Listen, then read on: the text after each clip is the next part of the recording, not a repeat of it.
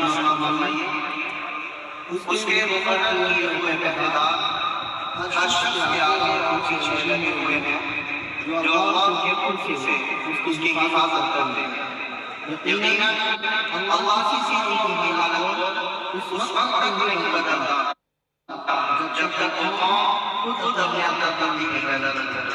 और अल्लाह जब किसी कौम की तबाही करने का फैसला करे तो वो किसी के टाले कर नहीं सकता, और ना ही अल्लाह के मुकाबले में ऐसी मुर्दा कौम का और बदलराज होता है।